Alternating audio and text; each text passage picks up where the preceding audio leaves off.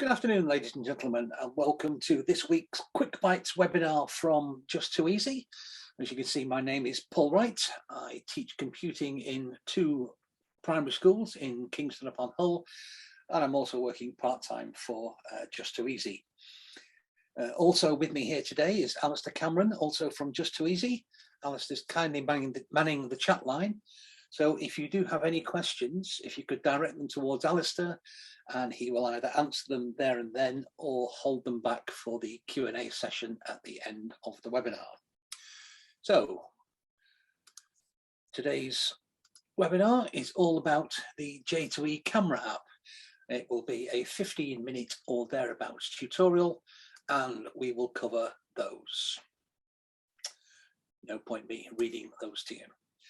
Okay, so you access the J2E camera app from this tile here. So once you've logged on to J2E and you presented with your launch page, you're looking for that tile. It almost certainly won't be in the same place because I move mine around, but it will be on your desktop somewhere. Okay, so we're going to start by going directly to the camera app. So I'm going to go to launch here, and here is the camera. Now I've used it earlier today. What you might find is that if you're on a portable device, we use Chromebooks at one of the schools, and you might get a message asking permission to either block or allow the camera. So obviously you'll have to select allow. So here we are. The first thing we can do is we can take a picture, and then, oh dear, then we can start applying some effects. So we can, I think smearing it is probably a good idea. So we can smear. Okay, so we can do that. We can take live pictures, and if you had a portable device, an iPad or a tablet with a camera facing the right way, you could obviously take pictures of any science experiments that are going on and have a record of those. So as well as being able to take a live picture, this icon here accesses your pictures in my files, and for this demonstration I'm going to do that rather than use me. So I have a picture of the Humber Bridge, and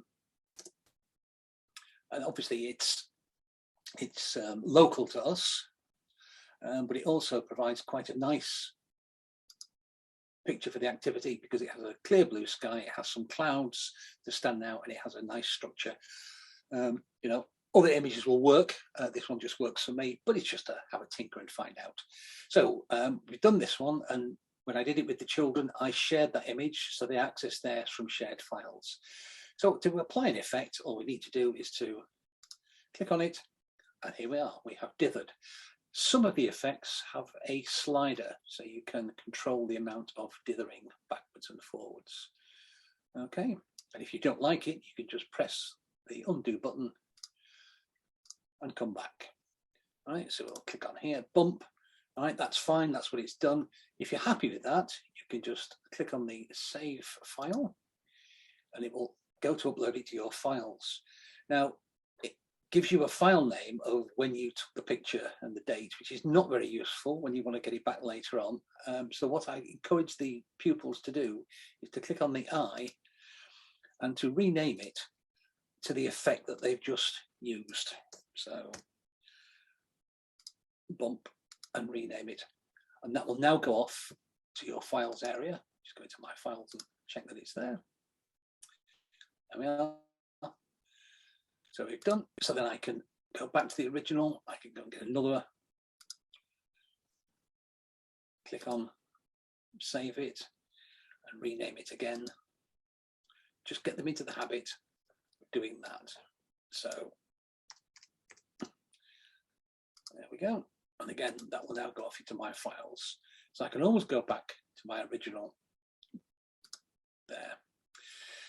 So that's great, and we can do that one. What we can also do is we can make, we can overlay those effects and have multiple effects on the same image. So we could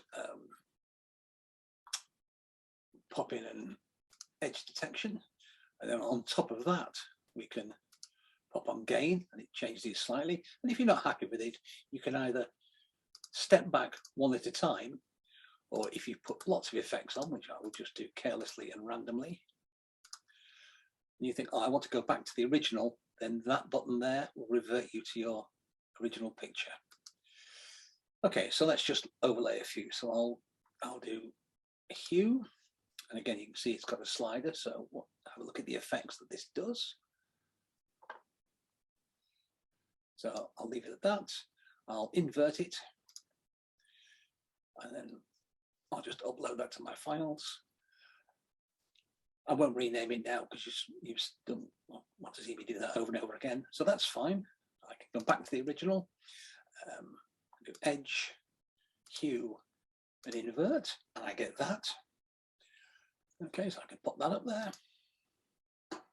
And interestingly, if you do it in the different order, invert, hue, and edge, you get a different result.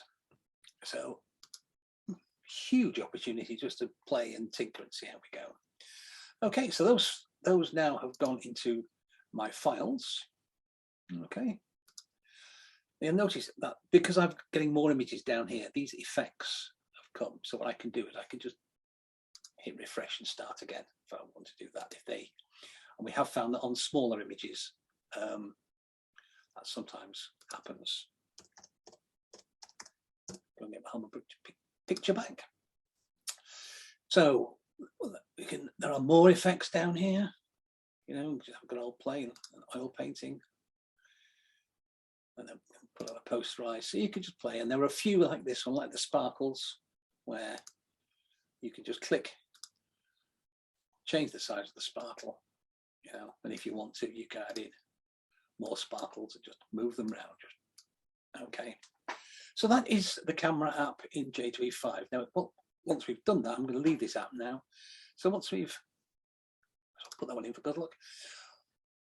Once we've got our collection of images in the files area, we can go to J2E5, and because they're images, we can just click on the picture button, and then we can just drag them in, put them on a page, and we can make a collage of our tinkered image effects. Okay, so there we are, and then we can save. So that would be fine. So there we are, adding those in. So that's the camera app and how we can do that. So I'm just going to not save that work now. I can leave that one because we can access the app via JIT5 and J2E. So let's jump into JIT5 now. And I'm going to go to Paint. And if you're used to it, you've got these templates, but if I click here and then click on the camera, again, here we go. I'll quickly take a picture, click on OK, and that will then become a background for me to do something with. So, you know, maybe I want to go and search the web, go and find a hat, resize it, and give myself a nice little hat, and maybe a tie to go with it. Why not? So children can do that. Oh yes, bow tie would look rather splendid. And of course, as well as searching for clip art, they have the tools here where they could perhaps, I don't know, draw a beard, but I am no artist, as you can see. Okay, and then I could save that one. So that is accessing the camera directly. What we can also do is that if we go and start a new one, we'll just do a blank one here, not save it.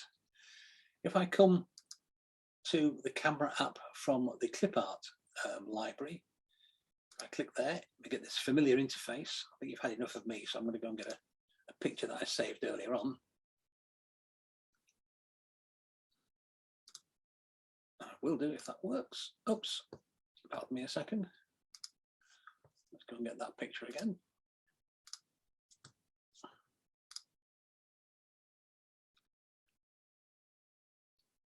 My scroll seems to start working. Well, let's take that one. So I can do that one. I can fiddle around with it. If I do OK, that then becomes a stamp that I can use. So I can do that Humber Bridge collage in a slightly different way by using the camera app and making my own images. So I can just scroll down, put some hue onto that, invert the colors, click on OK. And again, and because it's a stamp, I can make it bigger, so the younger pupils might only want to do a 3x3 or a. Okay, so that's accessing the camera app from JIT5. So I won't save that piece of work at the moment. So we can also access it from J2E5. And all we need to do there is to click on the microphone or the multimedia icon. Obviously, take a picture. Here I go again. Sorry about this. Add it to the page. Click on. Take the picture. Now add it to a page. So there's the original. And again, I can go through that routine again. I can click,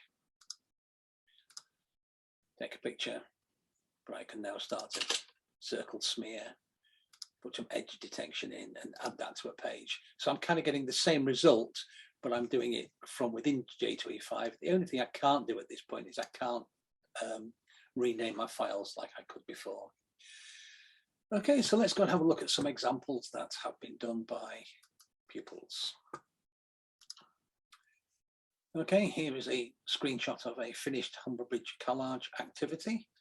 I did this with a set of year 4s a few weeks ago, and I noticed that when I went to look at their work, the teacher had put a different twist on it and had done some Monet style filters. It looks rather pleasant. This is a link to a display which gives you a quick look at some of the weird and wonderful things that you can do given time with the J2 camera app. Difficult to think that they all started with a plain image from the Humber Bridge. So this is an interesting one. These are obviously the little starbursts done, but made very small to make it look a starry night. So there we go. And just a few more. It's a fantastic app to just have a tinker with. So just lose that one. And then we've got some examples. These are JIT5, so obviously this little girl here has just taken a picture and used the paint tools to give herself, must have been Halloween. It's not on here. And here they have used the emboss and all those other tools we had a look at. They were doing emotions in year 5, I think it was. And here they've used the camera app to pull the faces about how they felt, and then they were going to draw it there. And here is the J2E template that they will have used. So again, it's very simple. Click on the take a picture and add to page. And of course, once it's in, we can use J2E's tools. We can crop that, and then we can have it as an ellipse so it better fits the shapes below. Okay, so there's a quick tour of the J2E camera app. This webinar will be published here to this website, j2easy.com news. And there, if you click on the quick bites tile, you'll see all the previous ones that have been recorded and published. This is tonight's. This is the last one of this term, but we will be restarting in January. So if any of your colleagues want to know how to do things in JIT, please point them towards these webinars and hope they prove useful. And all that remains me to do now is to ask Alistair if there have been any questions. Alistair, have we had any through? Hi, Paul. Really good job. Again, you did a wonderful job of not only explaining the tools, but showing some real world examples as well. Thank you. There are no questions on the chat. You've done a superb job. So clearly nobody needs to clarify anything on the chat too. So thank you. That's okay. Thank you, Alistair. And thank you. All it remains for me to do is to say thank you for turning up and enjoy the rest of the evening. And given the time of the year, have a lovely Christmas break. Thank you very much and good night.